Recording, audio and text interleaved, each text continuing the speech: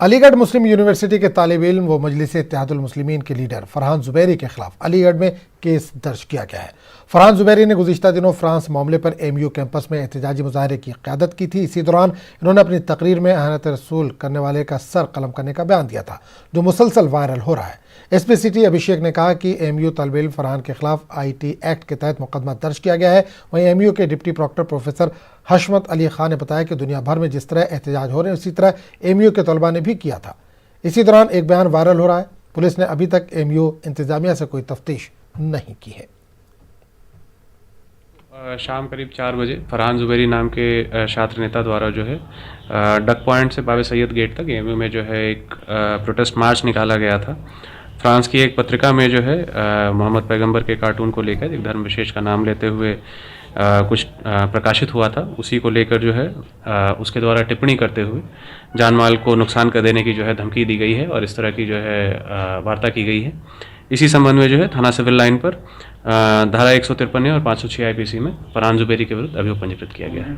उसमें ऑब्जेक्शनेबल तो जो है वो उसके सीडी के कंटेंट में उसे अपरेंटली देखने पे तो कुछ खास नज़र नहीं आता, लेकिन जो भी है वो पब्लिक डोमाइन में है, वो सब पब्लिक की नॉलेज में आ चुका है और वो जो सीडी है वो सब जगह वायरल हो रही है। उसकी निरीक्षण करके मालूम किया जा सकता है कि उसमें कुछ ऑब्जेक्शनेबल है। फ्रांस के सदर के इस्लाम मुखालिफ ज़हनियत और अहनत रसूल के खिलाफ मुसलमानों की बरहमी में इजाफा हो रहा है। लोग सड़कों पर उतरकर फ्रांस का बाइकआउट कर रहे हैं। औरंगाबाद शहर में ऑल इंडिया इमाम्स काउंसिल की जानिब से ज़िला कलेक्टर ऑफिस के रूबरू एहतजाजी धरना दिया गया। इस मौके पर हुकूमत फ्रांस के खिलाफ ज़बरदस्त नारेबाजी की गई और पैगम्बर इस्लाम के शान में गुस्ताखी करने वालों के मुकम्मल बाइकआउट पर जोर दिया गया। इस मौके पर मुजाहिरीन ने अपने हाथों में प्ले कार्ड और परचम लहराकर फ्रांस की हुकूमत के इक़दाम की मज़म्मत की। इसी तरह मुजाहिरीन ने हुकूमत हिंद की पॉलिसी को अक़लियत मुखालिफ पॉलिसी से ताबीर किया, उसे साजिशी टोले के इत्तेहाद से ताबीर किया। मुजाहिरीन का कहना है कि जब तक फ्रांस के सदर बैनुल-अक़वामी सतह पर माफ़ी तलब नहीं करते उस वक्त तक इनके खिलाफ तहरीक जारी रहेगी। हमारा तो ये मुतालबा है ऑल इंडिया इमाम्स काउंसिल का कि फ्रांस का जो प्रेसिडेंट है वो पूरी उम्मत के मुसलमानों से माफ़ी मांगे। जब तक हम लोग नहीं रुकने वाले हैं और हमने इसको जो तो ये मुतालबे को लेकर कल केरला में, कर्नाटका में, खुद महाराष्ट्र के अंदर हमारा प्रोटेस्ट हुआ और हमारा प्रोटेस्ट जारी रहेगा। आज औरंगाबाद के अंदर भी प्रोटेस्ट करने का मकसद ही यही हमारा कि फ्रांस का सदर अपनी बात वापस ले और तमाम मुसलमानों से माफ़ी मांगे, तहरीरी तौर पर लिखकर भी दे और वीडियो बनाकर माफ़ी मांगे। हुकूमत हिंद का सपोर्ट सब लोग जानते हैं, जैसा कि हुकूमत हिंद जो है वो साम्राज्यवाद के ऊपर और पूंजीवाद के ऊपर टिकी हुई है और उसके ऊपर काम कर रही है। दूसरा जो फ्रांस है वो साम्राज्यवाद और पूंजीवाद का सहारा लेकर काम कर रहा है। तो दुनिया के अंदर ऐसे भी जितने भी साम्राज्यवाद और पूंजीवादी ताकतें हैं वो जाहिर सी बात है वो सब तो एक जगह आने के लिए, एक जगह आकर अपने जो तो बिसात को बचाने के लिए काम करेंगे ही। तो हुकूमत हिंद का फ्रांस के साथ सपोर्ट करना ये कोई नई बात नहीं है। फ्रांस में नबी करीम सल्लल्लाहु अलैहि वसल्लम का कार्टून बनाने वाले की हिमायत और मजहब इस्लाम को दहशतगर्दी से जोड़ने वाले फ्रांसीसी सदर मैक्रोन के खिलाफ पूरे आलम इस्लाम में गम और गुस्से की लहर है। हिंदुस्तान के मुख्तलिफ शहरों में एहतजाज का सिलसिला लगातार जारी है। मुंब्रा में भी आज कॉरपोरेटर अशरफ पठान शानू की क़यादत में एहतजाजी मुजाहरा किया गया, जिसमें मुजाहिरीन ने फ्रांस के सदर का पुतला नजर आतिश किया।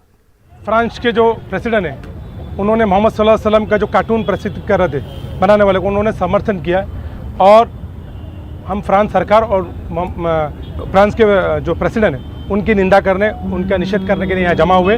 अगर मोहम्मद सल्लल्लाहु अलैहि वसल्लम के कार्टून प्रसिद्ध करने वाले को, बनाने वाले को समर्थन करेगी तो ये हरगिज़ बर्दाश्त नहीं होगा। इस्लाम अमन का पैगाम है, लेकिन उसके लिए अगर आप मोहम्मद सल्लल्लाहु अलैहि वसल्लम के नाम का अपमान करेंगे, उनकी कार्टून बनाने की कोशिश करेंगे तो हम निंदा करते हैं। अमरावती में मुख्तलिफ मिली तंजीमों की जानिब से वली चौक पर फ्रांस के खिलाफ ज़बरदस्त एहतजाज किया गया। साथ ही फ्रांसीसी सदर मैक्रोन का लामती पुतला भी नजर आतिश किया गया। फ्रांस के खिलाफ जमकर नारेबाजी की गई। ये जो हमने आंदोलन किए हैं ये फ्रांस के खिलाफ विरोध है। ये इसके जितने भी प्रोडक्ट है इसका सबका बाइकाट करना चाहिए। मेरे पूरे मुसलमान भाइयों से मेरी आजिज़ाना गुजारिश है कि इसका बाइकाट करे और जो अमन परस्त हिंदू भाई है इसका भी इसका बाइकाट करे। जो हमारे नबी की कभी कोई बराबरी नहीं कर सकता वो एक कार्टून लगा के बता रहा है, उसका जाहिर निषेध करना चाहिए। हमने आज फ्रांस के राष्ट्रपति का मैक्रोन जो है उसका विरोध किया है। जिसने हमारे नबी की शान में गुस्ताखी की थी उसके खिलाफ हमने एक आंदोलन रखा था जिस आंदोलन में हम सब भाइयों ने मिलके एक हिस्सा देके इस आंदोलन को पूरा किया और इस आंदोलन में हमने इसके पोस्टर बना के जलाए हैं, जो आप उधर देख सकते हो। मरकजी हुकूमत और मध्य प्रदेश हुकूमत की वादा खिलाफी से मायूस मदारिस असातिज़ा ने अपने हुकूक को लेकर अदालत से रुजू किया है। 4 साल से तनख्वाह से महरूम MP मदरसा बोर्ड के असातिज़ा के मामले पर समाअत करते हुए हाई कोर्ट की इंदौर बेंच ने मध्य प्रदेश हुकूमत को नोटिस जारी करते हुए 4 हफ्ते में जवाब मांगा है। वादे है कि मध्य प्रदेश मदरसा बोर्ड के असातिज़ा को गुज़िश्ता 4 सालों से तनख्वाहें अदा नहीं की गई हैं। हालांकि इस दौरान मध्य प्रदेश में कई सरकारें बदली, मगर किसी भी सरकार ने मदारिस असातिज़ा के मामले पर संजीदगी का मुजाहरा नहीं किया।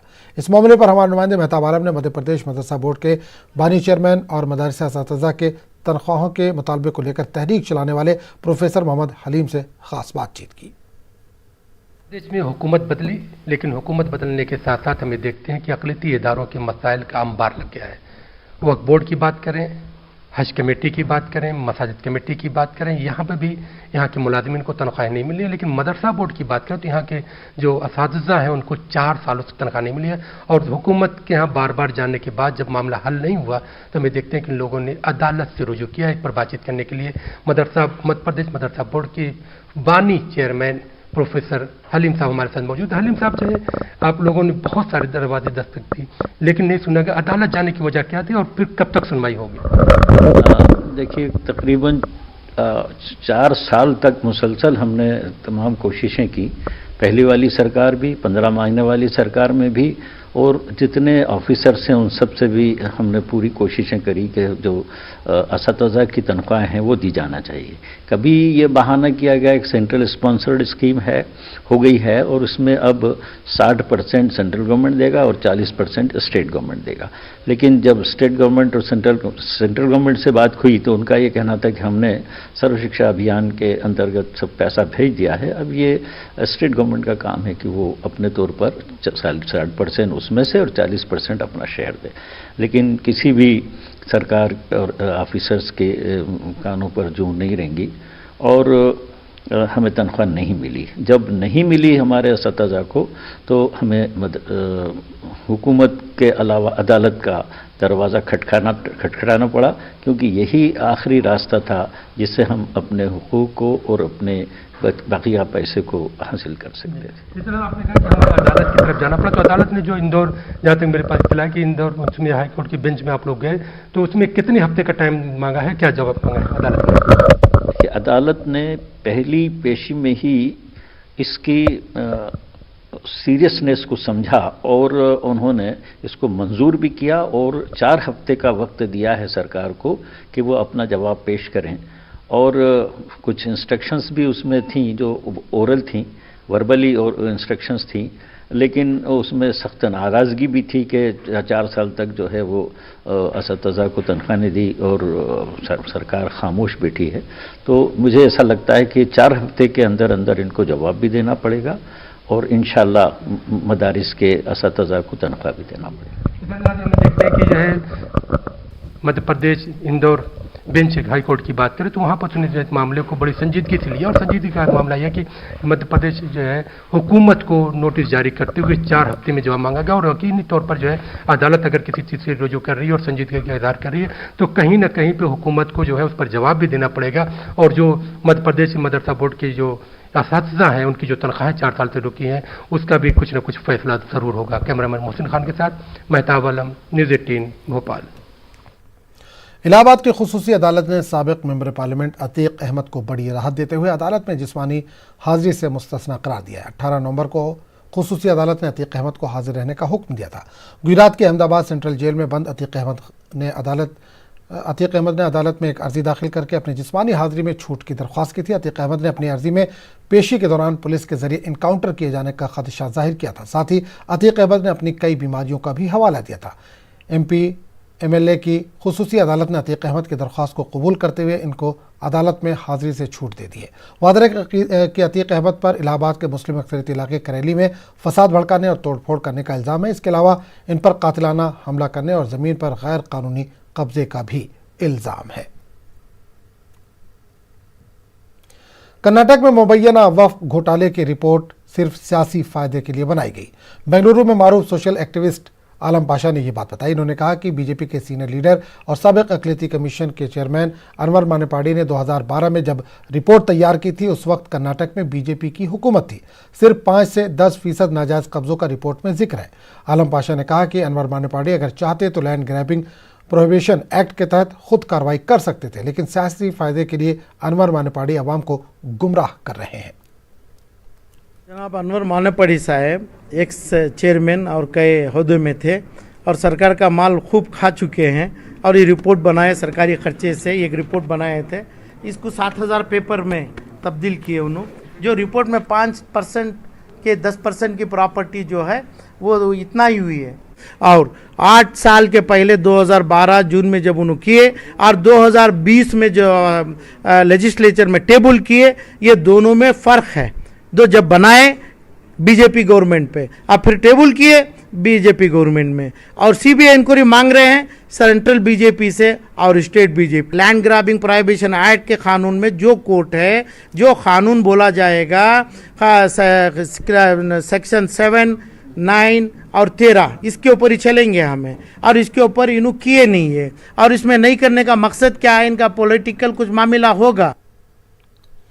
बिहार असेंबली इंतखाबात को लेकर पटना के असेंबली हलकों पर सियासी पार्टियों ने अपनी कुव्वत झोंक दी है। उधर समाजी व सियासी लीडरों का कहना है कि पटना बिहार के दारुल-हुकूमत होने के बाद भी मुख्तलिफ मसाइल से दो चार है। जेडीयू लीडर असलम आज़ाद का कहना है कि इस बार पटना में आबी जमाव के साथ साथ सफाई बड़ा मुद्दा रहेगा। वहीं मुस्लिम महापंचायत के मुताबिक लगातार जिन हलकों पर एक ही उम्मीदवार जीतते आ रहे हैं वहां कोई तब्दीली नहीं आई है। ऐसे उम्मीदवारों को इस बार मुश्किल उठानी पड़ सकती है। यही अपील कर रहे हैं कि जो भी कैंडिडेट्स बुनियादी जो मसाइल हैं, जैसे पटना बरसात में डूब जाता है, यहाँ कश्ती चलने लगती है, तो बुनियादी मसाइल पर जो कैंडिडेट बात कर रहे हैं आप उन्हीं को वोट दें, यह हमारी अपील है। तो हमको लगता है कि दीघा है, पटना साहब है, फुलवारी शरीफ है, इन सब कंस्टिट्यूंसीज में नए उम्मीदवार की तरफ लोगों को देखना चाहिए।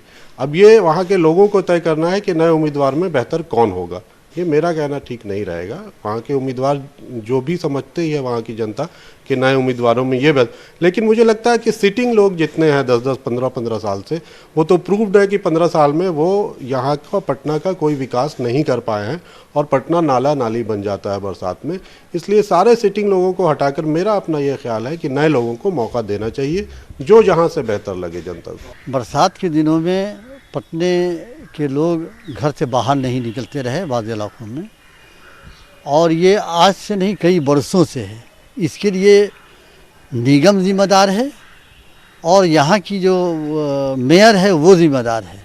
कोविड-19 में जिस तरह सफाई होनी चाहिए, फॉगिंग होनी चाहिए, ब्लीचिंग पाउडर का छिड़काव होना चाहिए, नहीं हो रहा है।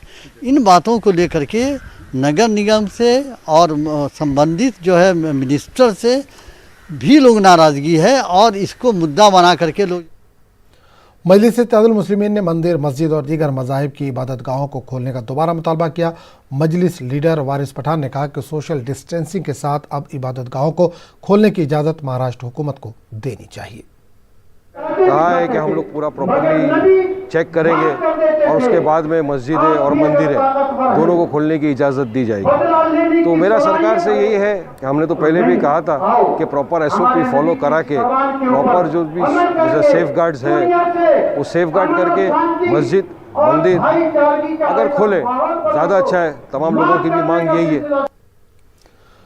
नेशनल यूनिटी डे के मौके पर समाजवादी पार्टी लीडर अबू आसिम आज़मी ने हिंदू मुस्लिम इत्तेहाद और भाईचारे पर जोर दिया। अबू आसिम आज़मी ने कहा कि हिंदू और मुसलमानों के दरमियान आपसी भाईचारे की बिना पर ही मुल्क का इत्तेहाद है। इन्होंने कहा कि हिंदू मुस्लिम के दरमियान नफरत की सियासत करने के बजाय आपसी भाईचारे को फ़रोग़ देने की ज़रूरत है।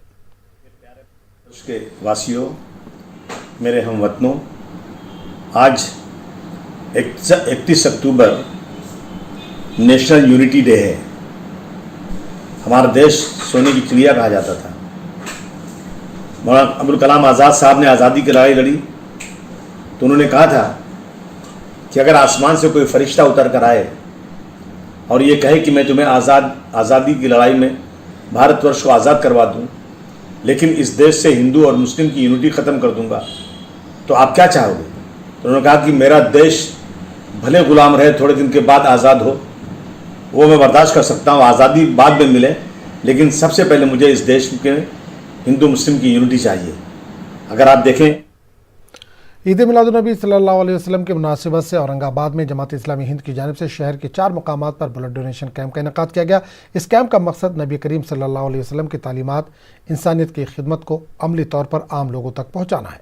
जमात के जिम्मेदारों का कहना है कि इन्हें 4 मराकज़ पर बड़े पैमाने पर अवामी ताउन हासिल हो रहा है। ब्लड डोनेशन कैंप में ज़ात पात और मजहब से ऊपर उठकर लोग अतिया खून में हिस्सा ले रहे हैं। जमात के जिम्मेदारों के मुताबिक चारों कैंप में 2000 से ज़्यादा बोतलें जमा हुई।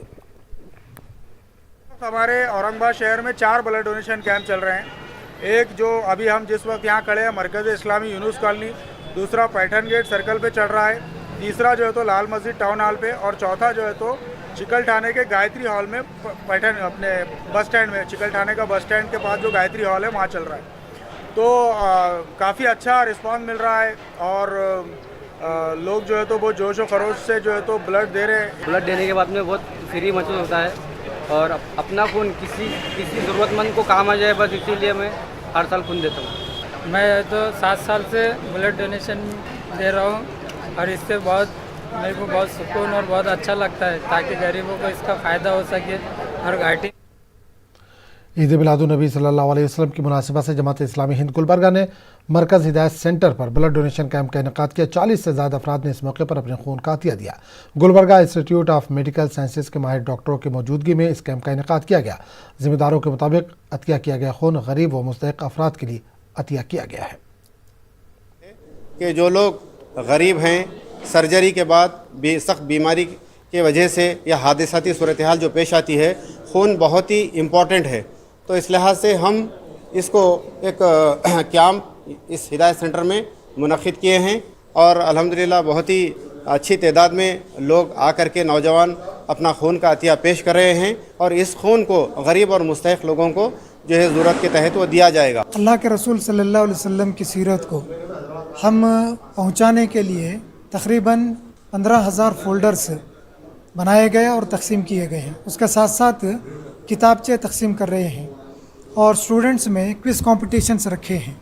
अब ये जो ब्लड डोनेट करते हैं इनके लिए क्या फ़ायदा है बोले तो ये जो पेशेंट होते हैं इनके अंदर जो कोलेस्ट्रॉल लेवल होता है ऑलरेडी तो वो कोलेस्ट्रॉल रिड्यूस करता है। हाँ, और दूसरा जो हीमोसिड्रोसिस बोल के कंडीशन है, जो सर्कुलेटिंग का आयरन ओवरलोड होता है वो कम हो जाता है ऑटोमेटिकली। फिर साइकोलॉजिकल स्ट्रेस जो एक तरह का होता है वो भी ब्लड डोनेट करने से कम होता है। और डोनेट करने से ये है कि मौजूदा हालात में पैगम्बर इस्लाम हज़रत मोहम्मद सल्लल्लाहु अलैहि वसल्लम की सीरत और उनकी तालीमात को ज़्यादा से ज़्यादा आम किया जाए। दुनिया को दरपेश मसाइल का हल आपकी सीरत और तालीमात में मौजूद है। बेंगलुरु के मस्जिद कादरिया में मुनक़िदा इजलास में उलमा इकराम और मशाइख़ीन ने इन ख़यालात का इजहार किया। जुमा मस्जिद ट्रस्ट बोर्ड के तहत हर साल क़ुद्दूस साहब ईदगाह में सीरतुन्नबी का जलसा मुनक़िद हुआ करता था, लेकिन कोरोना वबा की वजह से पहली मरतबा मस्जिद में इस जलसे का इनेकाद किया गया। शहर भर में जलसे होते हैं। इसी तरह हज़रत क़ुद्दूस साहब रहमतुल्लाह अलैह का जो ईदगाह है, one of the largest ground है बेंगलुरु सिटी में। इसमें तकरीबन 40 ईयर्स से जश्न ईद मिलादुन्नबी मनाया जाता आ रहा है, लेकिन इस बार जो कोविड पैंडमिक सिचुएशन है उसकी वजह से थोड़ा हम लोग ये जलसा टोन डाउन करके मस्जिद कादरिया में मुनक़िद करके हैं। जिधर पे मस्जिद में टोटल आप देख सकते हैं तो तकरीबन जो गवर्नमेंट के जितने भी प्रोटोकॉल्स हैं फॉलो हुए हैं। तो आज के हालात को मद्देनज़र रखते हुए ये बहुत अहम हो गया है कि जो हमारे नबी करीम सल्लल्लाहु अलैहि वसल्लम की जो टीचिंग्स हैं ये सिर्फ हम लोग हमारी इसे रेस्ट्रिक्ट नहीं करना है। किसानों के मसाइल को हल करने में मोदी हुकूमत की नाकामियों के खिलाफ नांदेड़ में कांग्रेस पार्टी की जानिब से ट्रैक्टर एहतजाजी मोर्चे का इनेकाद किया गया। मुजाहिरीन की क़यादत में रियासत के काबीनी वज़ीर अशोक चौहान ने मोर्चे में कसीर तादाद में पार्टी कारकुनान के अलावा आम लोग भी शरीक हुए। मोर्चे के अख्तिताम पर एक अवामी जलसे का भी इनेकाद किया गया, जिसमें अपने तकरीर के दौरान अशोक चौहान ने किसानों के मसाइल को उजागर करते हुए इन्हें हल करने के लिए मरकज़ की मोदी हुकूमत की नाकामियों को गिनवाया।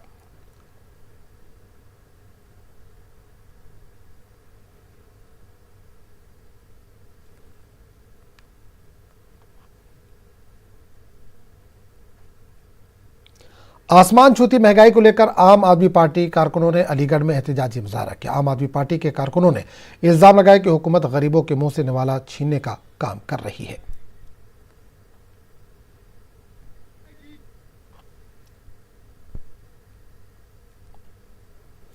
Shine group of institution Bidar की जानिब से लखनऊ के मेज़बान होटल में प्रेस कॉन्फ्रेंस का इनेकाद किया गया। प्रेस कॉन्फ्रेंस में माशी तौर पर कमज़ोर तलबा के लिए माली मुआवनत के लिए ऐलानात किए गए। मुल्क भर में लॉकडाउन से मुतासरा नीट के इम्तहान देने वाले तलबा के 5 करोड़ रुपए की स्कॉलरशिप देने का ऐलान किया गया। 9वीं क्लास से 12वीं क्लास के तलबा तलबात के लिए मुफ्त कोचिंग फराहम करने की भी बंदोबस्त की बात कही गई। आफ्ताब अहमद आफाकी ने बनारस हिंदू यूनिवर्सिटी के शोबे उर्दू के सदर की हैसियत से आज अपना ओहदा संभाल लिया। आफ्ताब अहमद को दूसरी बार शोबे की यह जिम्मेदारी दी गई। इस मौके पर इन्होंने खुशी का इजहार करते हुए उर्दू ज़बान और तलबा की मजीद तरक्की के लिए कदम उठाने के अज़्म का इजहार किया। साल का दिया है, उसमें हमारी ये कोशिश रहेगी कि जो एक सेहतमंद इल्मी और अदबी माहौल है उसको हम बेहतर से बेहतर करा सकें। हमने गुज़श्ता जो काम किए मसलन ये है कि 15 रोज़ा हमने वर्कशॉप किया। ये पहली बार तारीख़ में हुआ किसी भी शोबे उर्दू में कि मुख्तलिफ डिसिप्लिन के लोगों को बुलाया उसमें, और टीचर्स उसमें शामिल हुए, रिसर्चर उसमें शामिल हुए। इसी तरह से कौमी और बैनुल अक़वामी कई सेमिनार हमने कराए। इसके अलावा कई लेक्चर्स सीरीज़ शुरू कराया हमने। 2 नौजवान लड़कियों के अज़्म मुसम्मम ने एक कॉलोनी के माशरती और कुदरती मंजरनामे को ही बदल दिया। मिलिए टिया और तायरा से, जिन्होंने कूड़े के ढेर को एक रैन गार्डन में तब्दील कर दिया। अपर्णा द्विवेदी ने जाकर इन पानी के मुहाफिजों से मुलाकात की। तो आप देखिए रिपोर्ट। हमें दीजिए इजाज़त। आदाब।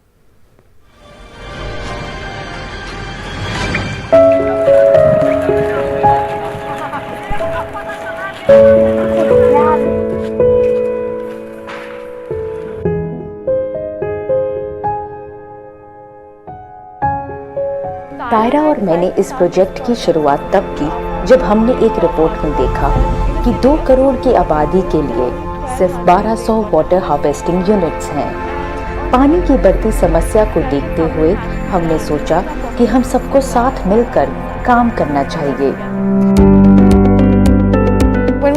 सबसे पहले हमने सर्वे किया और पाया कि पश्चिमी सागरपुर में सबसे ज्यादा पानी की किल्लत है।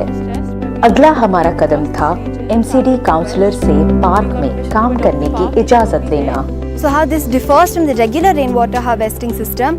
रेन वाटर हार्वेस्टिंग सिस्टम में कुआं खोदा जाता है, लेकिन बायोस्वेल में इस पूरे पार्क में 3 फीट गहरी जमीन की खुदाई की गई। फिर बड़े पत्थरों से उसे ढका गया, उसके ऊपर छिद्रित पाइप लगाई गई और छोटे पत्थरों और मिट्टी से ढक दिया गया। फिर हमने उस पर छोटे पेड़ पौधे लगाए जिसके लिए वो इस पूरी कड़ी को बांध सके।